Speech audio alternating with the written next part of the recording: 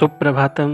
संस्कृत विमर्श YouTube channel पर मैं ब्रजेश त्रिपाठी आप सभी का हार्दिक स्वागत करता हूँ। साथियों, संस्कृत साहित्य बहुत विशाल व समृद्ध है। यह भाषा जन कल्याण की भावना से जुड़ी हुई है। संस्कृत में असंख्य प्रेरक श्लोकों का प्रयोग हुआ है। उन्हीं प्रेरक श्लोकों में 21 सुप्रसिद्ध श्लोक जो विद्यार्थियों के लिए अत्यंत महत्वपूर्ण है तथा सफल जीवन के लिए उपयोगी व यश प्राप्ति में सहायक हैं। अतः आज हम लोग 21 सुभाषित श्लोकों की चर्चा करेंगे। जिन सुभाषित श्लोकों की चर्चा यहाँ की गई है उनके नामोल्लेख निम्नवत हैं।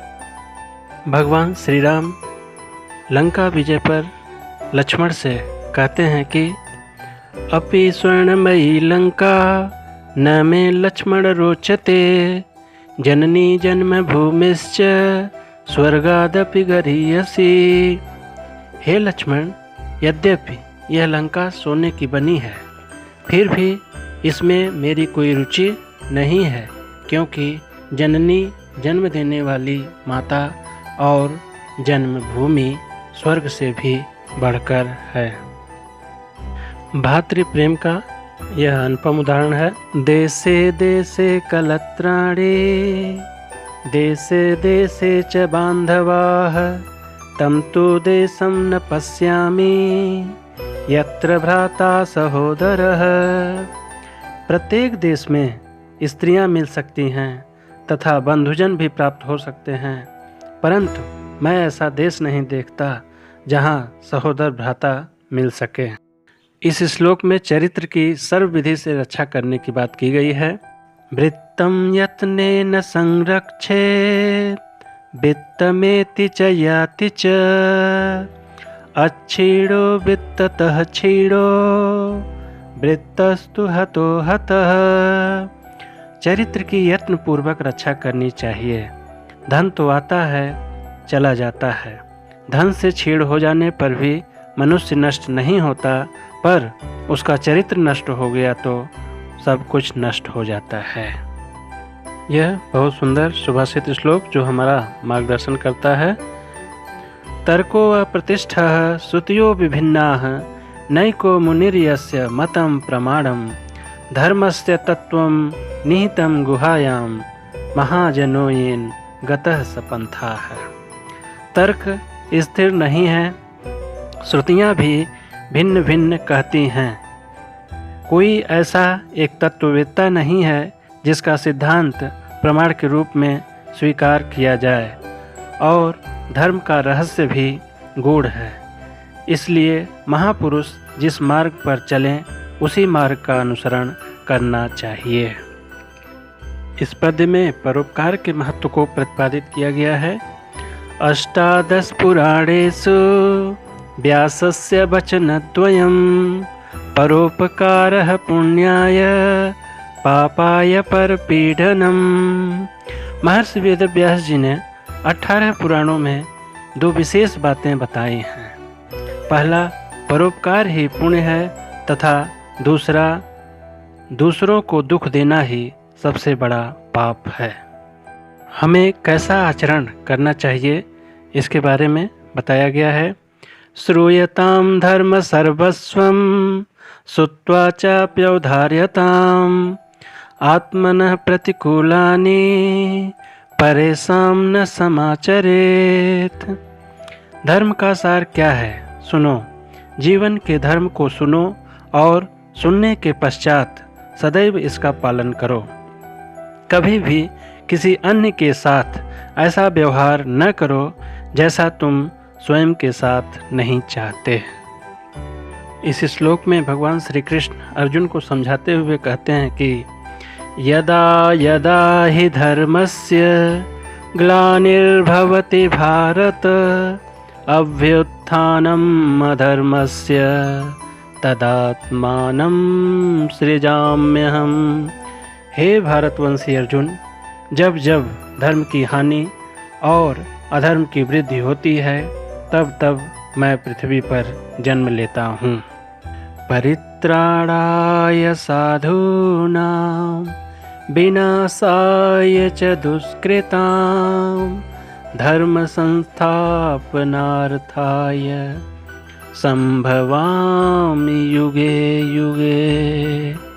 साधुओं की रक्षा करने के लिए, पाप कर्म करने वालों का विनाश करने के लिए और धर्म की भली भांति स्थापना करने के लिए मैं प्रत्येक युग में प्रकट होता हूँ।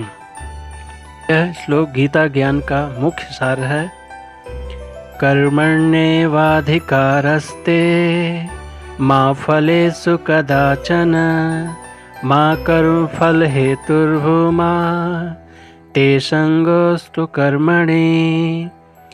कर्तव्य कर्म करने में ही अधिकार होता है, फल में कभी नहीं।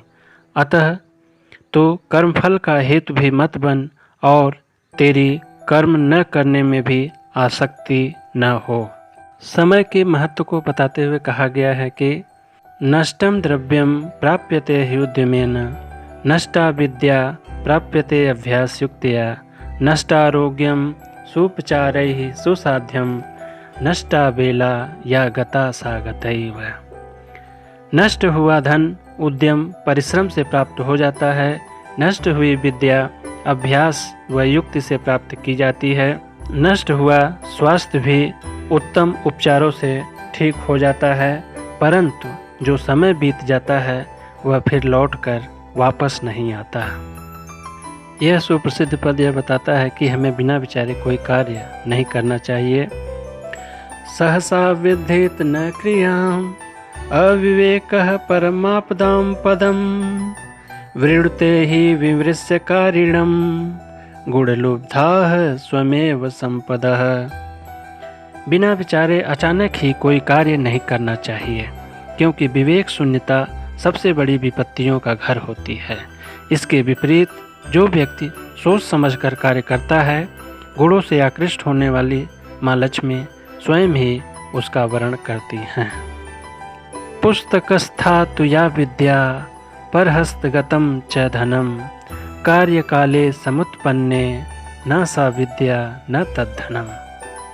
पुस्तक में रखी विद्या तथा दूसरों के हाथ में गया धन, ये दोनों ही जरूरत के समय हमारे किसी भी काम नहीं आया करते। सत्यम ब्रूयात प्रियम ब्रूयात न ब्रूयात सत्यम अप्रियम प्रियम च नानृतं ब्रूयात एष धर्मः सनातनः। सत्य बोलना चाहिए, प्रिय बोलना चाहिए। सत्य किंतु अप्रिय नहीं बोलना चाहिए, प्रिय किंतु असत्य नहीं बोलना चाहिए। यही सनातन धर्म है। सज्जन व्यक्ति व दुर्जन व्यक्ति अपना समय कैसे व्यतीत करते हैं, बहुत सुंदर ढंग से बताया गया है। काव्यशास्त्र विनोदेन कालो गच्छति धीमताम् व्यसनेन च मूर्खाणां निद्रया कलहेन वा। बुद्धिमान लोगों का समय काव्य और शास्त्र का विनोद करने में व्यतीत होता है, जबकि मूर्खों का समय व्यसन, नींद व कलह में व्यतीत होता है। इस पद्य में बताया गया है कि व्यक्ति को अहंकारी नहीं होना चाहिए। अज्ञः सुखम आराध्यः सुखतरम आराध्यते विशेषज्ञः ज्ञानलौर्दुर्विदग्धं ब्रह्मापि नरं न रंजयते। प्रारभ्यते न खलु विघ्न भयेन नीचैः प्रारभ्य विघ्न निहता विरमन्ति मध्याः विघ्नैर्मुहुर्मुहुरपि प्रतिहन्यमानाः प्रारब्धमुत्तम जनाः न परित्यजन्ति। विघ्न के भय से तुच्छ मनुष्य कार्य में हाथ नहीं लगाते। मध्यम वर्ग के लोग कार्य आरंभ करने के बाद विघ्न आने पर तुरंत कार्य छोड़ देते हैं, किंतु उत्तम वर्ग के लोग विघ्नों के बार बार आघात करने पर भी अपने शुरू किए हुए कार्य को नहीं छोड़ते, कार्य को समाप्त करके ही छोड़ते हैं। अच्छे मित्र का लक्षण इस श्लोक में बताया गया है। पापान्निवारति योजयते हिताय गुह्यं निगुह्यति गुणान् प्रकटीकरोति आपद्गतं च न जहाति ददाति काले सन्मित्रलक्षणम् इदं प्रवदन्ति सन्तः। पाप करने से अलग रखता है, अच्छा काम करने में लगाता है, मित्र की छिपाने योग्य बात छिपाता है और उसके गुणों को फैलाता है। विपदग्रस्त देखकर न छोड़ता है और समय आने पर कुछ देता है। संत जन सच्चे मित्र का यही लक्षण कहते हैं। यह श्लोक विद्यार्थियों के लिए महत्वपूर्ण है कि हमें अपने लक्ष्य से एक कदम भी विचलित नहीं होना चाहिए। निंदन्तु नीति निपुणा यदि वास्तुवन्तु लक्ष्मी समाविशतु गच्छतु वा यथेष्टम अद्यैव वा मरणमस्तु युगान्तरे वा न्यायात् पथः प्रविचलन्ति पदम न धीराः।